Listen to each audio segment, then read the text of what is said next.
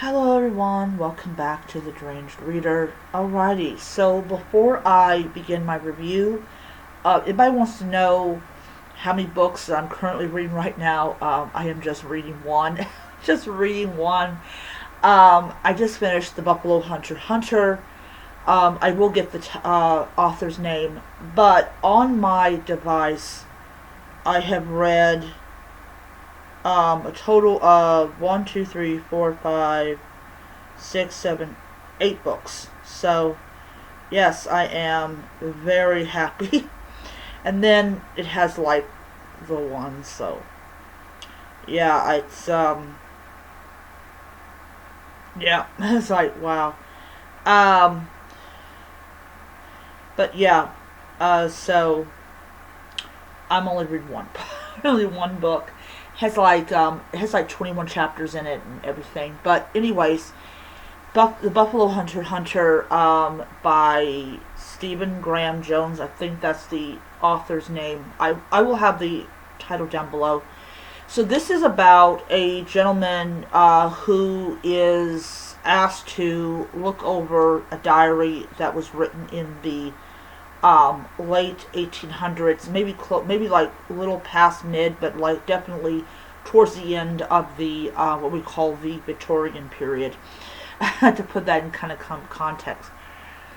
And it is a Lutheran minister who's writing this diary about this, about what's going on. And the book came out this year, and there was like somebody on what is it, BookTube that was talking about this because she had went to see the movie Sinners, by the way, which is coming on Amazon Prime if anyone cares. And so basically she got it because she had finished watching Sinners and wanted to read some vampire-based kind of books. And so she did a review of it, and I was like, wow, that looks like a really interesting book to read. And so I was going to buy it on my Kindle, but then I got the Kobo app on my tablet, and I was like, heck, I'll just get it on Kobo.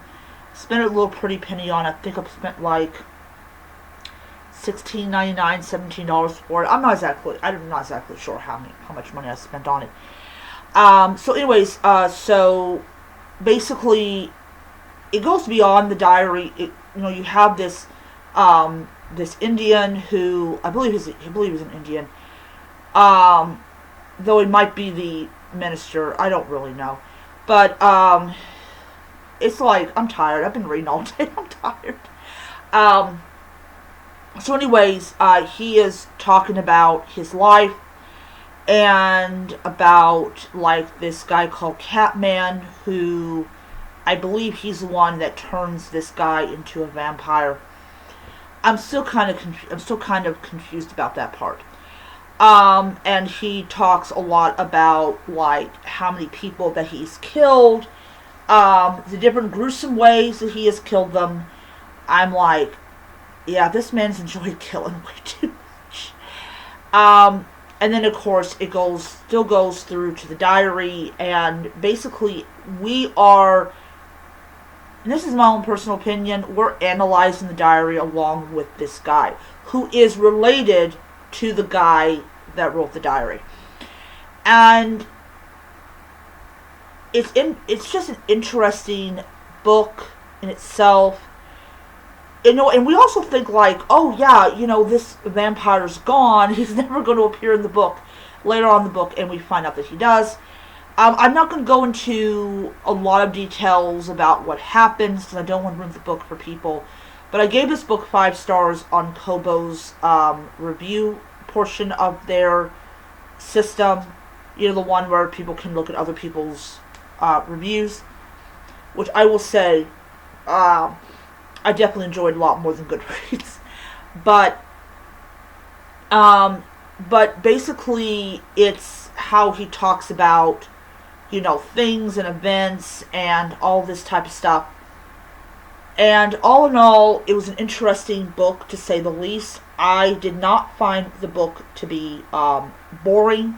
I thought I would. Like, it's like you get to a certain point in the book and you're kind of like, I think I'm getting a little bored with this book, but then you kind of push yourself a little bit.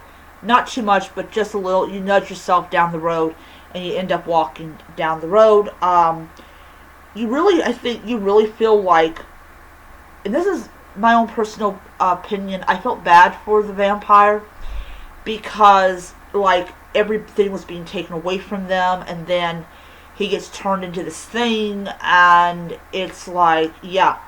I mean, he literally, like, what was it? He called when it's like his fangs extend, called, like, I'm trying to remember what he called it.